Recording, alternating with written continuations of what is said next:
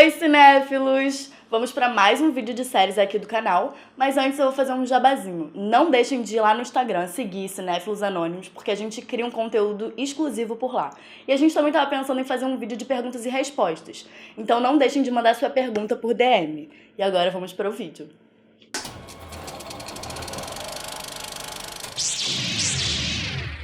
A gente sempre quis fazer um vídeo sobre os livros de Game of Thrones, e a estreia da 8ª e última temporada é uma ótima oportunidade para isso.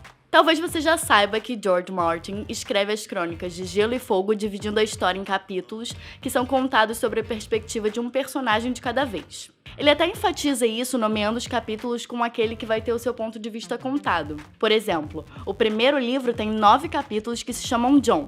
Mas o criador daquele universo vai muito além de simplesmente mudar a perspectiva da história. Ele adapta a sua forma de escrita de acordo com a maneira que funciona a mente do personagem. George Martin é um escritor verdadeiramente genial. E já que ele resolveu construir a narrativa dessa forma, a gente pode acompanhar a trajetória de cada personagem individualmente, com cenas sequenciais, quase como um roteiro de audiovisual. A ideia do vídeo de hoje é fazer exatamente isso. Vamos partir da trajetória de Jon nos livros para ver como os produtores e roteiristas David Benioff e D.B. Weiss adaptaram a obra para a série. Jon 1 versus Winter is Coming. A primeira frase já insere uma das principais motivações que faz com que Jon haja da forma que ele age. O autor descreve o banquete que foi dado em Winterfell, lar dos Stark, em homenagem à visita do rei Robert Baratheon e sua corte. Nele, o personagem central fica isolado do resto da família por conta do seu status de bastardo. Mas esse era um dos raros momentos em que isso não incomodava Jon. Nessa hora, o leitor é apresentado aos Lannisters, de Casterly Rock, e ao tio de Jon, Benjen Stark.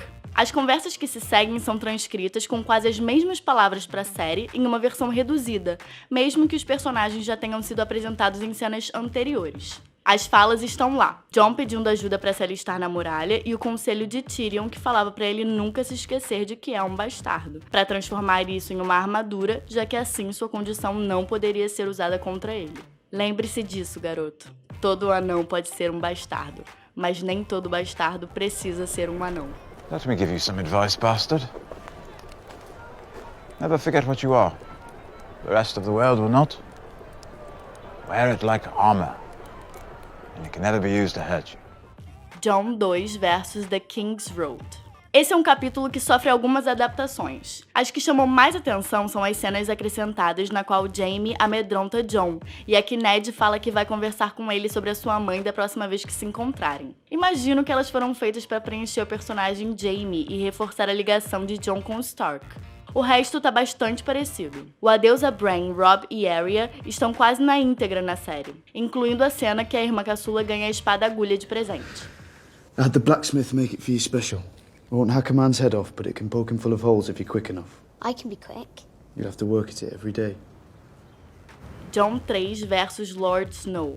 Esse foi o capítulo mais modificado até agora. A narrativa ficou mais focada em Porto Real e a série enxugou essa parte da muralha. Um personagem é suprimido e Tyrion ganha importância na versão pra TV. Adeus a Dona Onoi, o ferreiro que dizem ter forjado o martelo de Robert Baratheon.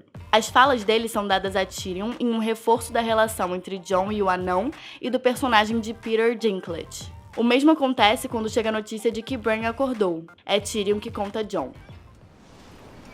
Oh. Your brother Bran has woken up.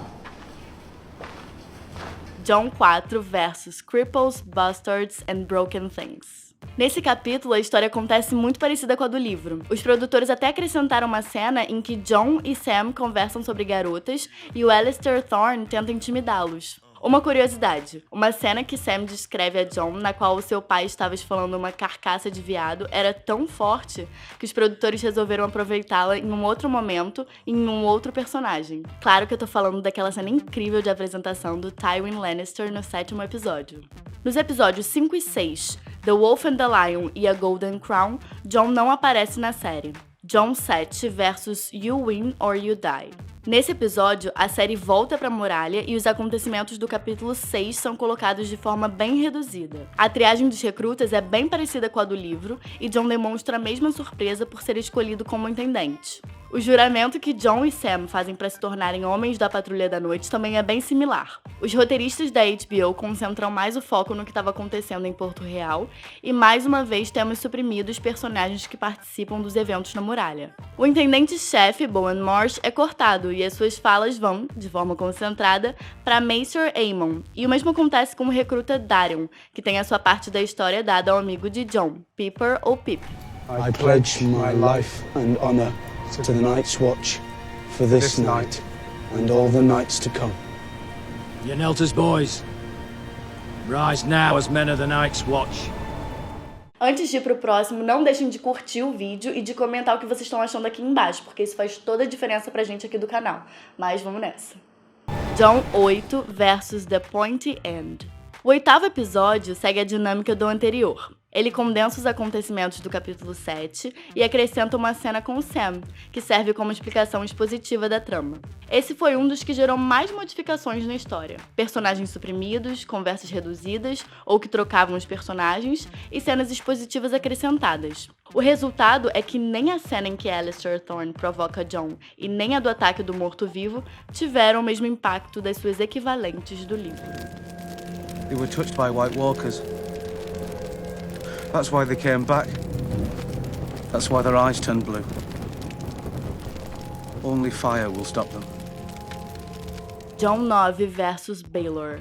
Nesse episódio, é mostrado o que aconteceu no capítulo 8. Da mesma forma que nos anteriores, as conversas são condensadas, mas nesse caso, muito das falas originais estão lá. São mantidas quase na íntegra a conversa com o Lorde Comandante, na qual Jon é presenteado com a espada de aço valeriano Garra Longa, e o diálogo com Maester Aemon, quando ele revela seu verdadeiro nome, Aemon Targaryen.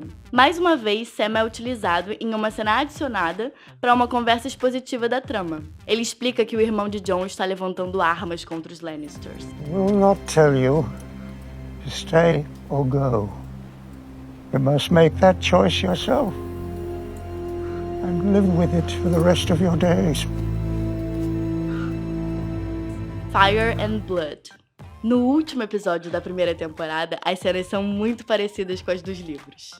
A fuga de Jon de Castelo Negro, a perseguição e o juramento da Patrulha da Noite que os recrutas têm que usar para convencê-lo a voltar, e a conversa com o Lorde Comandante, que põe um fim nas dúvidas que o personagem central tinha com relação à sua lealdade. Essas partes são trazidas do capítulo 9 e, salvo pequenas adaptações, estão todas lá.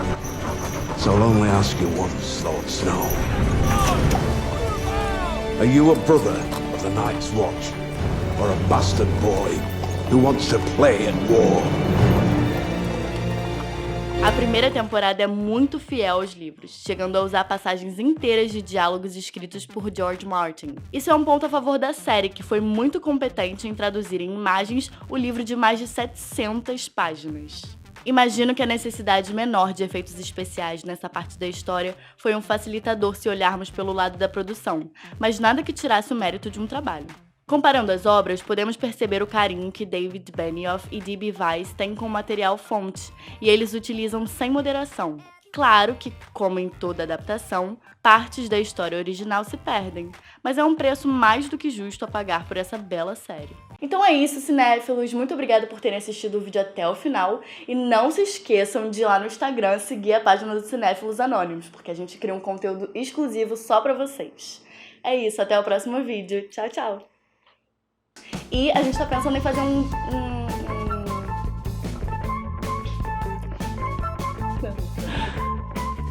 Oi, cinéfilos! Vamos pra mais um vídeo de perguntas e respostas.